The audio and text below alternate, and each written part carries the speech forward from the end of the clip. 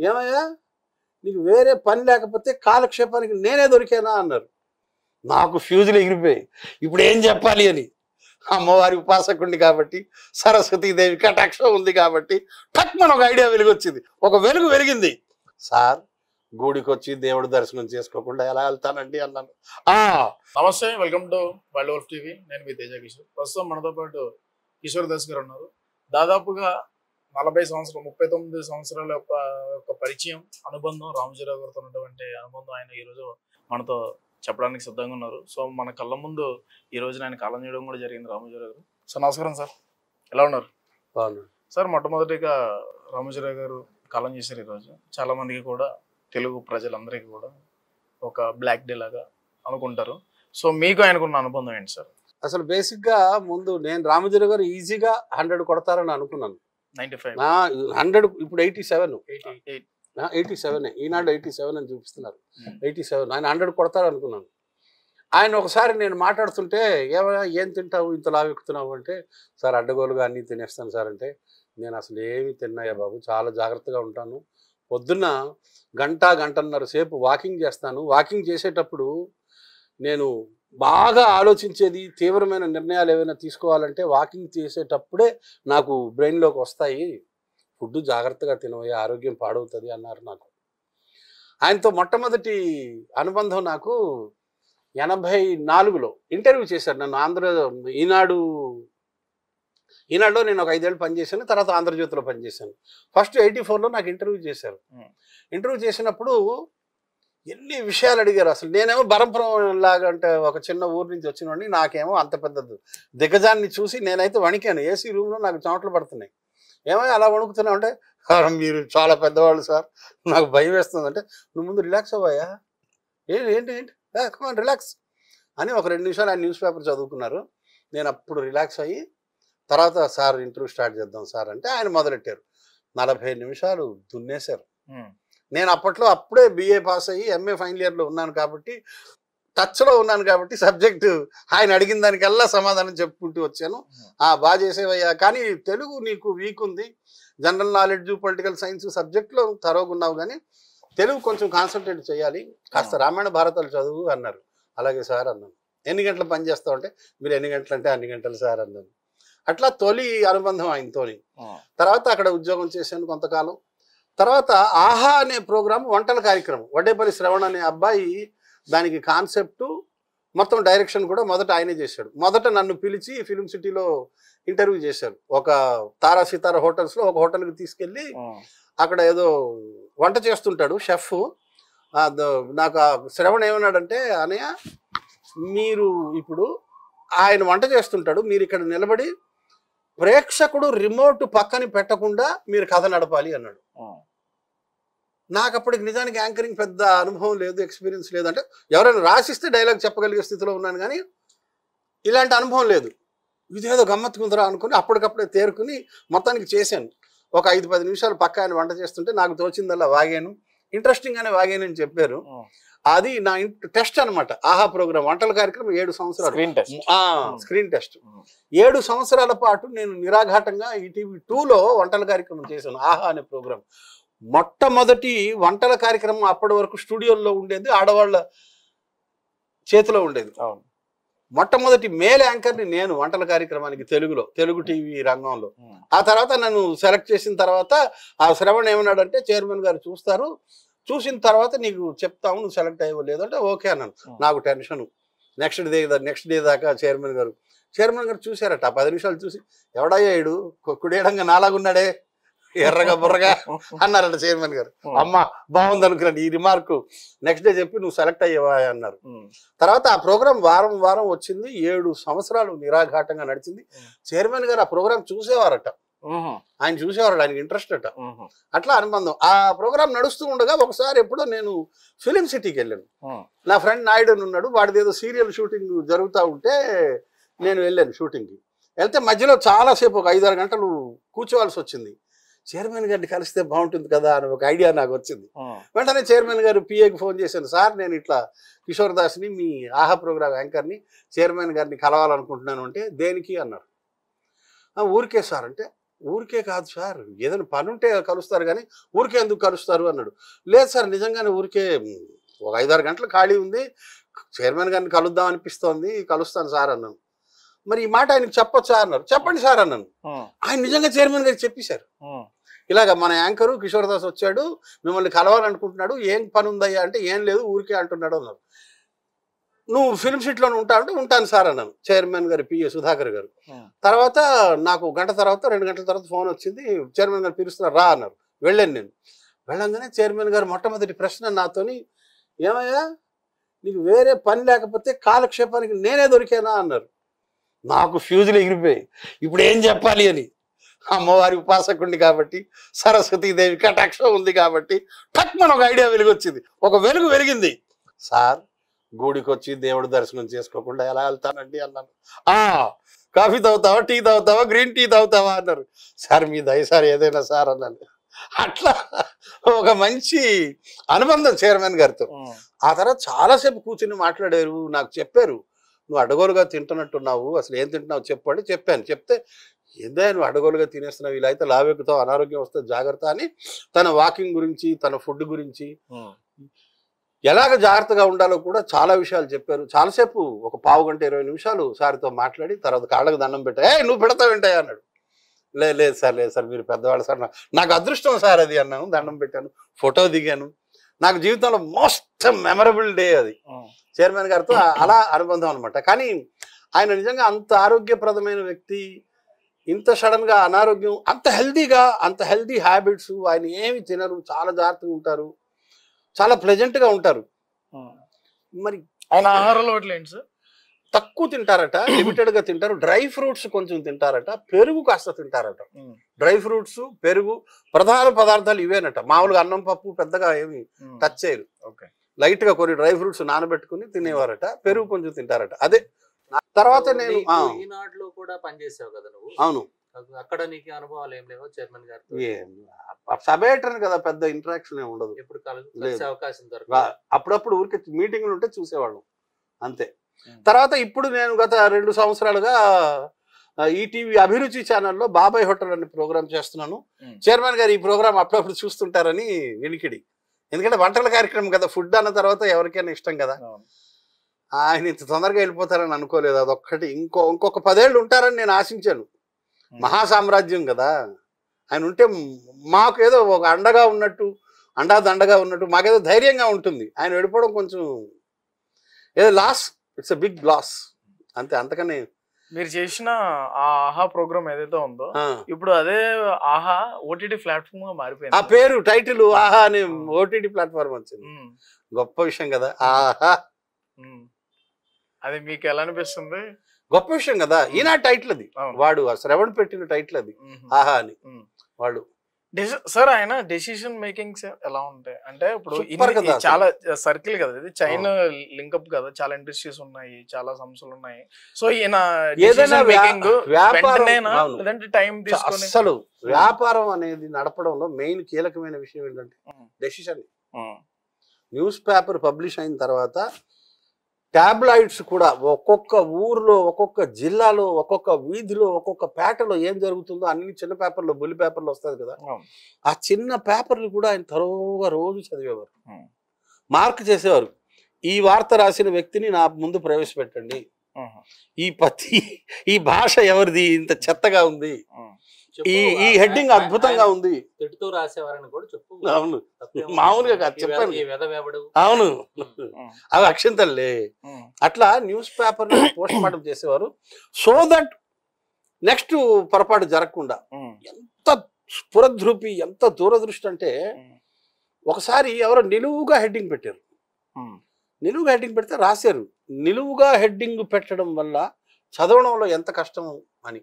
నేను అప్పుడప్పుడు కారులో వెళ్తున్నప్పుడు కొన్ని చోట్ల బిజినెస్ ఆర్గనైజేషన్స్ ఉంటాయి, హోటల్స్, వాటికి చూస్తుంటాను. కొంతమంది నిలువుగా పెడతారు, హోటల్ ఏదో సత్య మరొకటి. ఆ చదవడం ఎంత కష్టంగా ఉంటుంది తెలుసా. నాకు అప్పుడు అది గుర్తొస్తుంది. చైర్మన్ గారు చెప్పారు, నిలువుగా పెడితే చదవడం కష్టం, అడ్డంగా ఉండాలి, అక్షరం క్లియర్గా ఉండాలి, దాన్ని వంకర టింకర్లు మెలికలు పెట్టి చేయకూడదు, ప్రేక్షకుడు చదవడానికి అనువుగా ఉండాలి. పత్రిక. సౌకర్యంగా ఉండాలి, అనువుగా ఉండాలి, హాయిగా చదవగలగాలి. ఫాంట్ కూడా ఫాంట్ ఈనాడు ఫాంట్ చాలా బాగుంది, చాలా ప్రెజెంట్. మనం పత్రికలు వచ్చినాయి, ఎన్నో వచ్చినాయి, కానీ ఆ ఫాంట్ ఇంతవరకు వాళ్ళు సొంతంగా చేయించుకున్న అవును చేయించుకున్నాం. అవును, ఆ ఫాంట్ మనం ఎక్కువసేపు పేపర్ అంటే కనీసం చదవడానికి ఒక 40-50 నిమిషాలు పడుతుంది. అంతసేపు కంటికి స్ట్రెస్ లేకుండా సౌకర్యంగా సరళమైన భాష సంగతి తర్వాత ముందు అక్షరాలు చదువుకోవడానికి ఇంపుగా ఉంటాయి. అంటే ఆయన ఎన్ని ఫాంట్లు చూసి ఇది సెలెక్ట్ చేసి ఉంటారు, ఎంత బ్రెయిన్ ఉండాలి. ఇంకా భాష సంగతి వదిలేయి, ఈనాడు రాకముందు పత్రికల్లో భాష ఒకలాగా ఉండేది. ఇందాక ఎవరో చెప్పారు 2 రోజుల్లో ఈనాడు 50 సంవత్సరాలు కంప్లీట్ చేసుకో. అవును అవును, ఎంత గొప్ప విషయం. దాదాపు మేము పుట్టినప్పటి నుంచి అక్షరాలు నేర్చుకున్నప్పటి నుంచి ఈనాడు చదవకుండా ఒక రోజు గడవదబ్బా. గడవలేదు. అవును, మన జీవితంలో ఈనాడు చదవని రోజు లోటు. ఏదో ఏదో కార్టూన్స్ వచ్చేటివి ఈటీవీలో. అవును, ఈటీవీలో ఛానల్లో గానీ లేదంటే పేపర్ లో గానీ కార్టూన్స్ వచ్చేటివి. ఆ క్రియేటివిటీ ఎవరిది? శ్రీధర్. శ్రీధర్ ఒక 15, 20, 30, 40 కార్టూన్లు వేస్తారు. అందులో ఒకటి చైర్మన్ గారు సెలెక్ట్ చేస్తారు. అంటే ఎంత దూరదృష్టి ఉండాలి, ఎంత ప్లానింగ్ ఉండాలి. శ్రీధర్ 30-40 కార్టూన్లు వేస్తే ఆయన ఒక్క కార్టూన్ సెలెక్ట్ చేస్తారు. అదే decision making. That is what decision making is. నేను చాలా పెద్ద ఫ్యాన్ శ్రీధర్ గారికి. అవును, రిటైర్ అయిన ట్రస్ట్ తీసుకుంటున్నారు కానీ శ్రీధర్ మామూలు ఆర్టిస్ట్ గా జాయిన్ అయ్యాడు. ఆయనలో స్పార్క్ ఉంది అని గ్రహించింది చైర్మన్ గారు. ఈ అబ్బాయిలో స్పార్క్ ఉంది, ఈ గీతలో ఏదో ఉంది, లోతుంది అని పట్టుకుని ఆ అబ్బాయిని పిలిచి డెవలప్ చేసి ఒక అద్భుతమైన కార్టూనిస్ట్ ని ఆంధ్ర లోకానికి అందించారు. అంటే ఎంత దూరదృష్టి ఉంది, ఎంత డెసిషన్ మేకింగ్ ఉంది. విజనరీ. దూరదృష్టి ఉంటేనే నాయకుడు అవుతారు. ఒక కార్టూన్ లో ఒక ఎడిటోరియల్ అంత బాగుండేది. అవును, ఒక ఫోటోలో ఒక 4 గీతల కార్టూన్ లో 10 మనం 20-30 వాక్యాల్లో చెప్పే విషయాన్ని శ్రీధర్ ఒక వాక్యంలో చెప్తాడు, ఒక గీతలో చెప్తాడు. ఇలాగ 2 గీతలు గీస్తాడు, 2 కళ్ళు పెడతాడు, ఒక ముక్కు పెడతాడు, కింద ఇలా గీస్తాడు. ఒక అద్భుతమైన సందేశం ఉంటుంది సార్. వాళ్ళ కుమారుడు సుమన్ గారు, అవును, ఆయనతో ఏ విధంగా ఉండేది సార్ ఆయన అనుబంధం? మామూలుగా అంటే ఆయన కూడా మంచి ఆర్టిస్ట్, ఆయన కూడా అవును మంచి ఆర్టిస్ట్. చాలా వరకు చూసాము, తర్వాత ఆయన కాలం చేశారు. సో ఎలా ఉండేది సార్? నాకు అస్సలు ఐడియా లేదు. అంటే మామూలుగా ఛానల్ పరంగా ఫీల్డ్ లో నేను ఎప్పుడు సుమన్ గారితో డీల్ చేయలేదు. అస్సలు నాకు అసలు అనుబంధమే లేదు. ఒక్కసారి ఎప్పుడో ఒక సీరియల్ ఏదో సినిమా ఈటీవీ సినిమా అని తీసేవారు కదా, ఇండిపెండెంట్ సినిమా 1.5 hours. అందులో ఒక్కరోజు ఒక నైట్ షూట్ లో ఒక్కసారి ఆయన్ని కలిసాను నేను. తర్వాత మేము పనిచేసేటప్పుడు స్టూడెంట్ గా వచ్చారు ఆయన, సుమన్ గారు. స్టూడెంట్ గా ఏదో డిసర్టేషన్ రాయడానికి ఎంఏ కోసం, ఎంసీజేనో ఏదో కోర్స్ చదివేవారు. బీసీజే ఎంసీజే ఉంటాయి కదా, జర్నలిజం కోర్స్, మాస్ కమ్యూనికేషన్ చదివే రోజుల్లో కొద్ది రోజులు మాకు ట్రైనింగ్ గా వచ్చారు. వచ్చి మాతో పాటు కొన్నాళ్ళు పనిచేశారు. ఆయన ఎవరితో పెద్దగా మాట్లాడేవారు కాదు. తాను మా డెస్క్ ఇన్ఛార్జ్ ఏదైనా పని ఇస్తే పని చేసేవాడు అంతే. అవును, రైటర్ రాయలేదు, ఎన్ని సీరియల్ రాయలేదు. అవును, నాకు ఆయన వ్యక్తిగతంగా నాకు ఆయనతో పెద్ద అనుబంధం ఏం లేదు. జాయిన్ అయిన తర్వాత రామోజీ ఫిల్మ్ సిటీలో మన ఈటీవీ సంస్థలో మీరు జాయిన్ అయిన తర్వాత మీరు మొట్టమొదటిగా తీసుకున్న వేతనం ఎంత? 800. అది ఎన్ని 800 ఎన్ని సంవత్సరాలు? 1985లో ఫిబ్రవరి 1 నేను జాయిన్ అయ్యాను. 1 year 800 జీతం. 800లో 16 రూపాయలు ఈఎస్ఐ కట్ అయ్యేది. పిఎఫ్ కాదు, ఈఎస్ఐ. తర్వాత పిఎఫ్ కి ఎంతో కట్ అయ్యేది. అది 800లోనే అది కట్ అయ్యేది. ఎంత వచ్చేది? 760 ఎంత వచ్చేది ఆ రోజుల్లో. 1 year తర్వాత పెరిగింది. తర్వాత 2000 అయింది. ఒక 2 ఏళ్లలో 2000 అయిపోయింది. అది మోస్ట్ మెమరబుల్ శాలరీ. 800 అంటే అప్పట్లో 85 ఫిబ్రవరిలో ఇట్స్ గుడ్ శాలరీ. 30-40 సంవత్సరాల క్రితం మాట. అవును, 85 ఫిబ్రవరి అంటే మార్చి 1 నేను జీతం అందుకున్నాను, మొట్టమొదటి జీతం ఈనాడులో. సార్, రామోజీరావు గారు కొత్త వాళ్ళకి అంటే యంగ్స్టర్స్ కి ఎలా గైడ్ చేసేవారు? ఎటువంటి ఎంకరేజ్మెంట్ ఉండేది? ఆయన డైరెక్ట్ గా మాకేం చెప్పరు, మా ఇన్ఛార్జీలకు చెప్తారు. ఇలా చేయండి, అలా చేయించండి, ఇలా రాయించండి, అలా రాయించండి అని దారి చెప్తారనమాట. ఇలాగ ఉండాలి పేపరు, ఇది రాస్తే ప్రజలు చదువుతారు, ఇలాగ ఈ పద్ధతిలో వెళ్ళాలని. లేకుండా 40 ఏళ్ళు 50 ఏళ్ళు ఒక పత్రిక ఎందుకు ఉంటుంది? నంబర్ 1 గా ఎందుకు ఉంటుంది? ప్రజలకి ఏది ఇష్టమో అది రాయించారు కదా.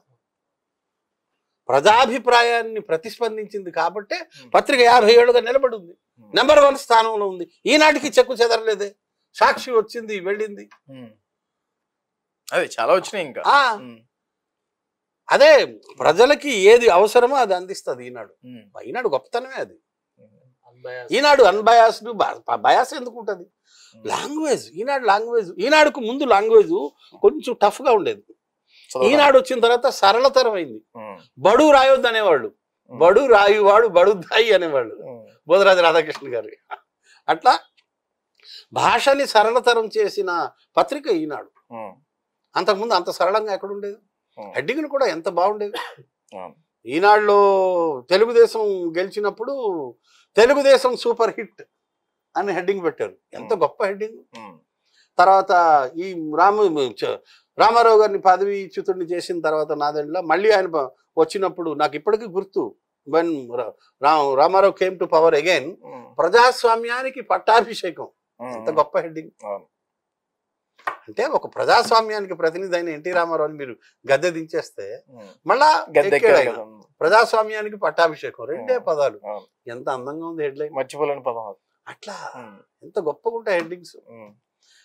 అది సెలెక్ట్ చేయడంలో ఆయన బుర్ర ఉంటుంది ఎప్పుడు కూడా, వెనక ఆయన ఆలోచిస్తూ ఉంటారు మా అందరి కోసం. సార్ మీరు దాదాపు ఎన్ని సంవత్సరాలు పనిచేశారు సార్? 5. ఈటీవీ ఈనాడులో 5 ఏళ్ళు పనిచేశాను, సబ్ ఎడిటర్ కమ్ రిపోర్టర్ గా. తర్వాత 7 సంవత్సరాలు ఆహా ప్రోగ్రామ్ చేశాను, వంటల కార్యక్రమం. వార్త, ఆంధ్రజ్యోతి దినపత్రికల్లో పనిచేయడమే కాకుండా 6 టీవీ, ఐటీవీ, తర్వాత స్టూడియో ఎన్ను, తర్వాత TV5లో వివిధ హోదాల్లో పనిచేసిన ముప్పనేని రాజ్ కుమార్ సందేశం మనం ఈరోజు తీసుకుందాం. రామోజీరావు గారి గురించి ఆయన చెప్తారు. అంటే ఈ తరంలో రామోజీరావు గారు ఒక మహాయోధుడు, ఆయనకి ఏకలవ్య శిష్యులు ఎంతో మంది. సో రాజ్ కుమార్ గారు మీ అభిప్రాయం చెప్పండి. నమస్తే అండి. సో ఈరోజు చాలా దుర్దినం రామోజీరావు గారికి, వాళ్ళ కుటుంబానికి ఆశ్రయాన్ని వాడి.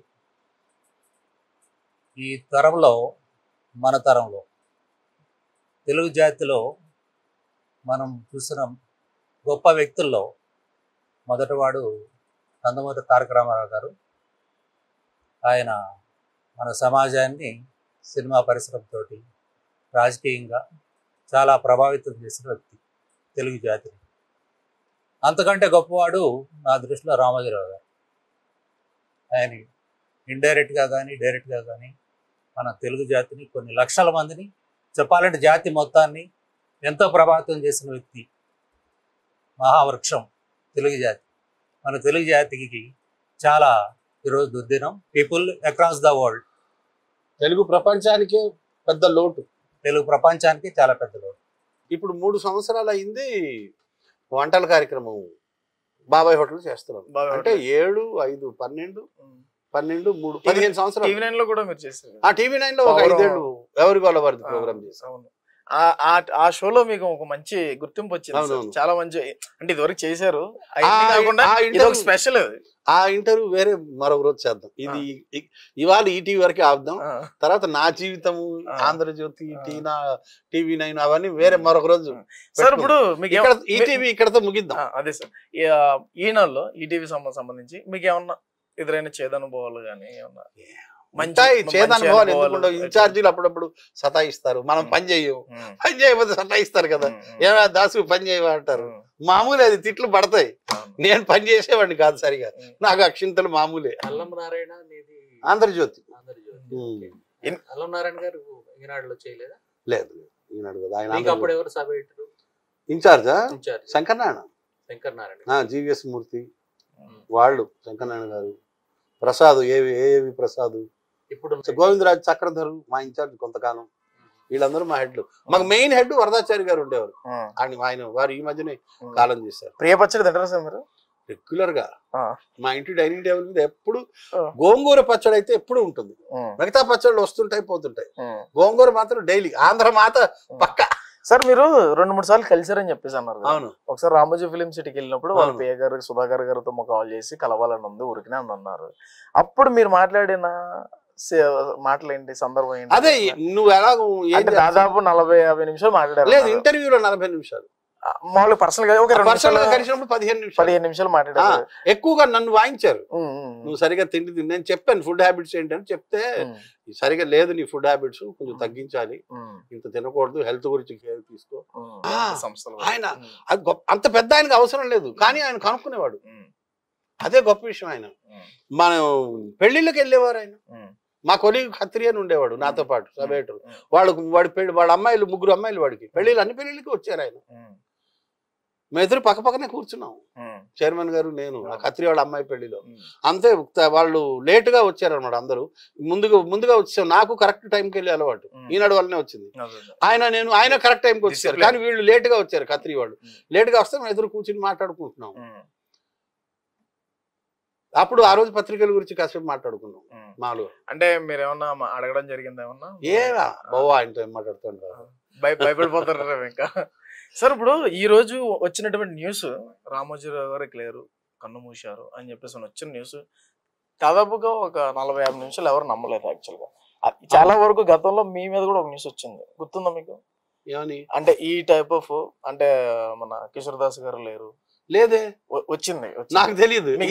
శుభవార్త నాకు తెలియదు, మీకు తెలియకపోవచ్చు.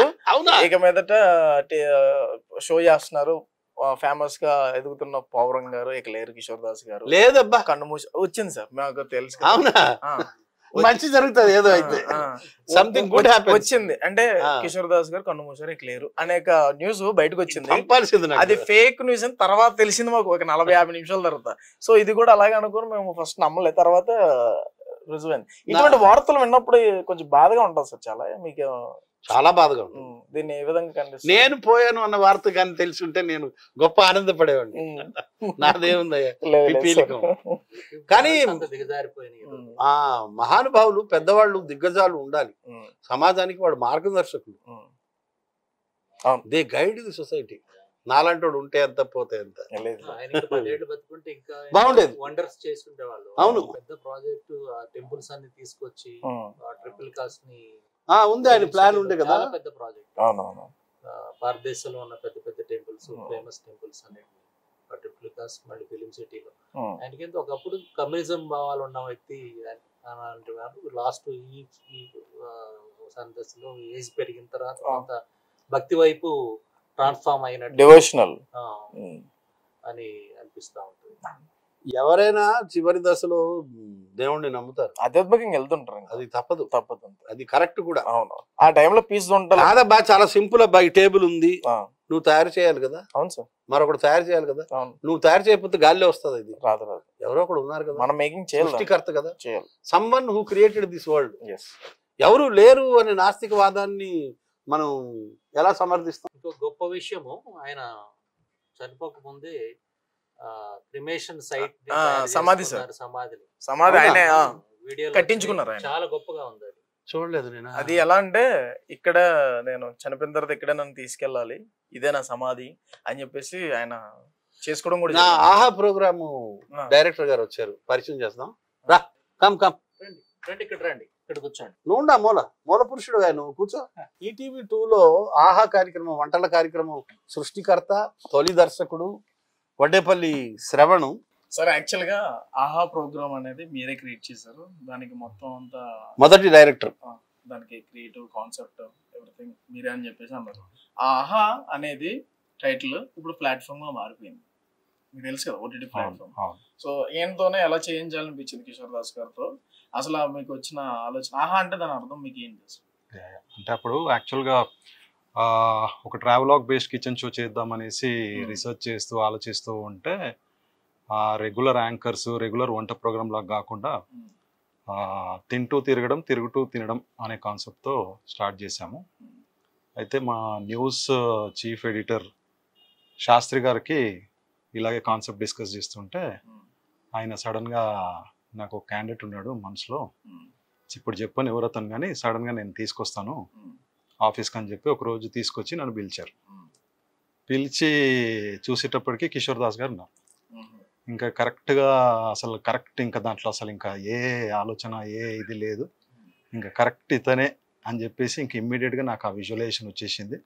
విదిన్ హాఫ్ అన్ అవర్ ఇమీడియట్గా ఒక పైలట్ ఎపిసోడ్ కూడా షూట్ చేసాం సితారా హోటల్ కిచెన్లో, రామోజీ ఫిల్మ్ సిటీలో. ఇమీడియట్ షూట్ చేసి ఇమీడియట్ ఇన్ అనదర్ 30 minutes దాన్ని ఎడిట్ చేసి అవుట్పుట్ చూపిస్తే every one like it. Kishore Das గారు ఇంప్రాంప్టుగా శ్రీధర్ కదా అప్పుడు మేనేజర్. శ్రీధర్ రావు గారు మేనేజర్. కిషోర్ దాస్ గారు ఎప్పుడు అంటే మా ఎపిసోడ్స్కి ఎప్పుడు స్క్రిప్ట్ ఉండేది కాదు, నెవర్ ఏ రిటర్న్ స్క్రిప్ట్. అంతా మేము ఇద్దరం డిస్కస్ చేసుకొని స్పాంటేనియస్ గా I used to give him only 10% brief, another 90% he used to impromptly అంటే అక్కడే immediate గా we used to talk about it and immediately he used to deliver. So that's how the program went. ఎలా impress అయ్యారు ఆ programme కి chairman? Yeah so first ఆయనకు మేము చూపించిన ఎపిసోడ్ ఏంటంటే మండపేటలో మడత కాజా ఎపిసోడ్ ఒకటి and Atreyapuram pootharekulu episode. So దాంట్లో ఫస్ట్ పైలట్ ఎపిసోడ్ ETV2కి ఏదైనా కానీ చైర్మన్ గారు రామోజీరావు గారు అప్రూవ్ చేయాలి. సో ఫస్ట్ ఎపిసోడ్ అతను సార్కి చూపిస్తే టైటిల్ యానిమేషన్లో కిషోర్ దాస్ గారు కార్టూన్ వేశారు. అది చూసి నా బొమ్మ వేసేవేంట్రా అనేసి ఆయన చమత్కారంగా అడిగారు అనమాట. అంటే సార్ కిషోర్ దాస్ గారి క్యారికేచర్ ఫేషియల్ ఫీచర్స్ కొంచెం మ్యాచింగ్ ఉండేటప్పటికి నా బొమ్మ వేసేవేంట్రా అన్నవి చూసి ఓ ఇదంతా తిరిగావా ఆయన డీటెయిల్గా అడిగారు. లైక్ ఒక రోజులో ఎన్ని ఎపిసోడ్ షూట్ చేస్తున్నావు, ఒక డిస్టెన్స్ నుంచి ఒక డిస్టెన్స్ తిరగడానికి ఎంత కవర్ అవుతుంది, చేయగలుగుతున్నావా ఈజీగా అంటే నేను చెప్పాను ఒక రోజులో we are completing 1 episode, full episode of 3 or 2 locations and 3 or 2 food items we are cooking అని చెప్తే వెరీ గుడ్ నచ్చింది ఆయనకు. ఇంకా అక్కడి నుంచి ఎవరు ఎన్ని అభ్యంతరాలు చెప్పినా కూడా ఆయన he stood very strong that Kishore Das would be the only anchor for this program. అక్కడ నుంచి ఇంకా అది దిగ్విజయంగా we almost did 400 to 500 episodes. 7 years. Yeah, 7 years continuous గా సక్సెస్ఫుల్ గా we had toured completely AP, Telangana and some parts of Orissa. Kishore Das గారికి ఆ టైంలో 760 రూపాయలు కటింగ్ లో ఫోన్ చేద్దాం. మీకు ఎంత ఇచ్చారు సార్? నాది 85. అదే కదా సార్? ఆహా కన్నా ఎప్పుడో అది. ఆహా ఏ ఇయర్? 2007. అంటే 22 ఏళ్ళు అప్పుడు మీకు శాలరీ ఎంత ఇచ్చేవాళ్ళు సంస్థ? My salary would be like 25,000 to 30,000 అనుకుంటా. అంటే నా 85 నేను జాయిన్ అయింది 2007. ఇంకేమన్నా క్రియేటివ్ కాన్సెప్ట్లు చెప్పడం కానీ అటువంటి ఎంకరేజ్మెంట్లు ఏమైనా ఉండేవా సార్ అటు నుంచి? ఎప్పుడైనా చైర్మన్ సార్ దగ్గర నుంచి infotainment channel ETV2 was directly overseen by Ramoji Rao గారు. That was his brain child actually. అంటే ఆయన ఏదైతే మానస దీనిలాగా విజువలైజ్ చేసి దీంట్లో ఈ రకాలుగా అంటే everything like health, education, women's magazine, news analysis కానీ ప్రతిధ్వని ఇవన్నీ అంటే ఆయన బ్రెయిన్ చైల్డ్ ప్రోగ్రామ్స్. ఆయన చెప్పిన మార్గదర్శనంలో ఆయన ఇచ్చిన ఇన్స్ట్రక్షన్స్, ఆయన ఇచ్చిన కాన్సెప్చులేషన్స్ని we use to extend it. దాన్ని ఇంకొంచెం వర్క్ చేసి డే టు డే ఎపిసోడ్స్ ఎలా ఉండాలని చెప్పి ఆయన ప్రజెంటేషన్ ఇచ్చి ఆయన అప్రూవల్ ఇచ్చాక then we use to go head with the shooting. Direction department, creative field లో డైరెక్షన్ డిపార్ట్మెంట్ లో ఉన్నారు. కాన్సెప్ట్ వైజ్ కూడా మీకు బాగా తెలిసి ఉంటుంది. అది ఈటీవీ మూవీస్ కి ఒక లోగో వస్తూ ఉంటుంది, మన టీవీ ఈటీవీ అని చెప్పేసి ఒక బ్యాక్గ్రౌండ్ వాయిస్ ఓవర్ కూడా వస్తుంది. ఇంకోటి న్యూస్ ఛానల్ పాయింట్స్ వస్తుంటాయి, అక్కడ స్టార్ పాయింట్స్ అండ్ సౌండ్స్ వస్తాయి. ఆ లోగో క్రియేషన్ ఎవరిది సార్? అది అంటే సెంట్రల్ టీమ్ చేశారు. గంటారావం అని చెప్పేసి అవర్లీ న్యూస్ ని అంటే ఎవ్రీ టైటిల్ అచ్చ తెలుగులో ఉండడం అనేది ఈనాడు ప్రత్యేకత. అది టీవీ అయినా ఈనాడు పత్రిక అయినా ఎవ్రీ వర్డ్ ఇప్పుడు మీరు ఈనాడు పత్రిక చదివినా ఎవ్రీ వర్డ్ అన్ని తెలుగులోనే ఉంటాయి. అది USP and uniqueness of Eenadu group. అంటే తెలుగు ఈనాడులో ఇప్పుడు బిందు సేద్యం ఇటువంటి వర్డ్స్ అన్నవి ఓన్లీ ఈనాడులోనే ఉంటాయి, ఇంకెక్కడ అసలు దట్స్ లైక్ డిక్షనరీ. తెలుగు అంటే ఇంకా ఈనాడు చదివి ఎంతో మంది పొలిటీషియన్స్ కానివ్వండి ఎవరైనా ఈ రోజు టాపిక్ కరెంట్ అఫైర్స్ ఏం మాట్లాడాలి, కాంపిటేటివ్ ఎగ్జామ్స్కి ప్రిపేర్ అయ్యే వాళ్ళు కానీ ఎవరైనా if they are reading completely Eenadu they will be updated with complete current affairs and what is happening around in our country and around the world. Style sheet ఉంటుంది like this should be dictionary ఉంది. చేశారు dictionary. అంటే Ramoji research group అనేసి ఒక archives ఇవన్నీ అంటే అంత database I don't think in the country no media house has such kind of data. Eenadu library మామూలు అంత లైబ్రరీ అంత data saving each and every clip. If you just ఈ రోజు గూగుల్ లైక్ ఇప్పుడు ఇలా స్టార్ట్ అయింది సర్చింగ్ అని.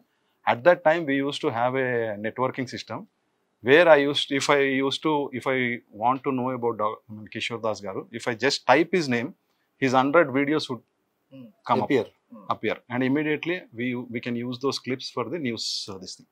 So ఆ రకమైనటువంటి ఆర్కైవ్స్ అనేవి అసలు కంట్రీలో ఎవరి దగ్గర అంత పెద్ద రీసెర్చ్ అంత లైబ్రరీ అన్నది ఎక్కడ లేదు ఇప్పటికి. అది చైర్మన్ గారి బ్రెయిన్ చైల్డ్. టీమ్ ఎఫర్ట్ కాదంటారు. ఆయనే అసలు ఐడియా అయింది. అంత పెద్ద లైబ్రరీ క్రియేట్ చేయాలన్నది ఒక్క number 1 media house Eenadu. Every news paper since the Inception of Eenadu, since 1974-1975 till date, every copy would be available in Ramoji Film City library. Every copy, every day. ఇప్పుడు digitalise చేస్తున్నారు. ఇప్పుడు digitalise చేస్తున్నారు. Even the manual copies all also available. Okay. Future గా ఎటువంటి కార్యక్రమాలు అంటే మీరు ఏమన్నా మళ్ళీ అదే సంస్థలో పనిచేయడం కానీ? లేదు, ఇప్పుడు ఆయన వేరే ఫీల్డ్ లో. Now I am a media freelance consultant. Thank you.